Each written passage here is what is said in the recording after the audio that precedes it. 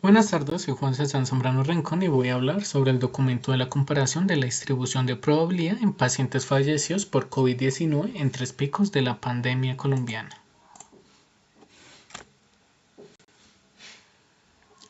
Bueno, en primer lugar hablaremos del resumen, que al final voy a explicar que al final es la profundización de una temática particular, en este caso sobre el COVID-19, en el cual el Estado tiene como objetivo comparar las diferentes distribuciones de la probabilidad de muertes por COVID-19 en 3 picos de pandemia de Colombia.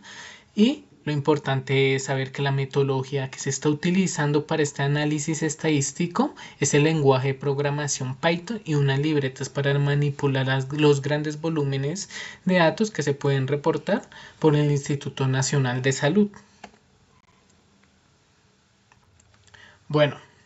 como metodología, principalmente podemos contar que tiene 4 puntos principales a destacar, que es el primero, la recolección de datos, en el cual se recompilan la información de de los reportes del INS, asegurándose que los datos estuvieran actualizados y completos para el análisis. En segunda instancia tendríamos el análisis estadístico, donde se utilizan las libretas de Python como Pantos, NumPy, Sky, Matplotlib y Cypress para una manipulación y visualización de los datos, ya que estas herramientas permitan obviamente realizar los análisis de exploración estadístico de las tasas de mortalidad y letalidad, ya para continuar en el paso 3, que es la distribución de probabilidad, en el cual se aplicaron métodos estimados de densidad, o mejor dicho, QDE, para comparar las distribuciones de probabilidad de muertes de COVID-19 en diferentes grupos de edad y durante los 3 picos de la pandemia.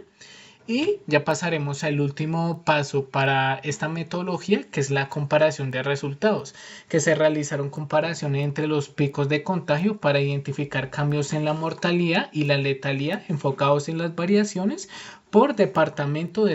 edad. Bueno, entonces, ¿qué nos deja este documento? Bueno, nos puede dejar varios resultados más relevantes, pero diciendo los más importantes y relevantes, podremos coger en primer lugar los patrones significativos de la mortalidad del COVID en Colombia, que obviamente durante los 3 picos de la pandemia el documento expresa que se observa un aumento general del 8% en la probabilidad de fallecer entre los grupos de una edad de 20 a 69 años. Y considerando otro punto a tener a recalcar, es que además el análisis de las distribuciones de probabilidad por grupo de edad indica que aunque los adultos mayores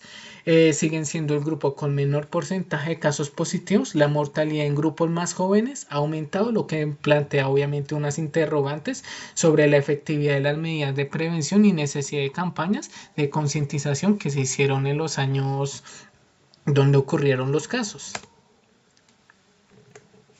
Y bueno, ¿qué conclusiones podemos sacar de esto? Bueno, en primer lugar podemos sacar tres, que la variabilidad en la mortalidad, porque el análisis de la distribución de la probabilidad de muertes por COVID-19 en Colombia durante la pandemia significó que entre los grupos de 20 a 69 años hubo un cambio de letalidad significativo. Y obviamente esto nos abre la puerta a una segunda conclusión, que es el impacto regional, ya que en los departamentos de Amazonas, Antioquia, Cauca, Córdoba, etc.,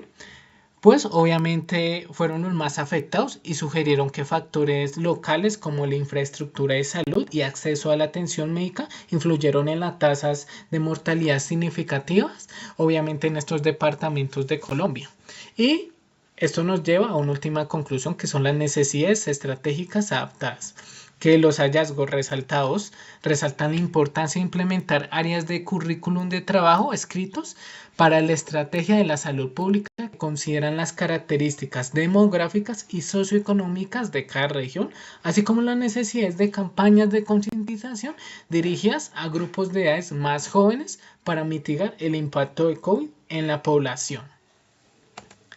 Gracias.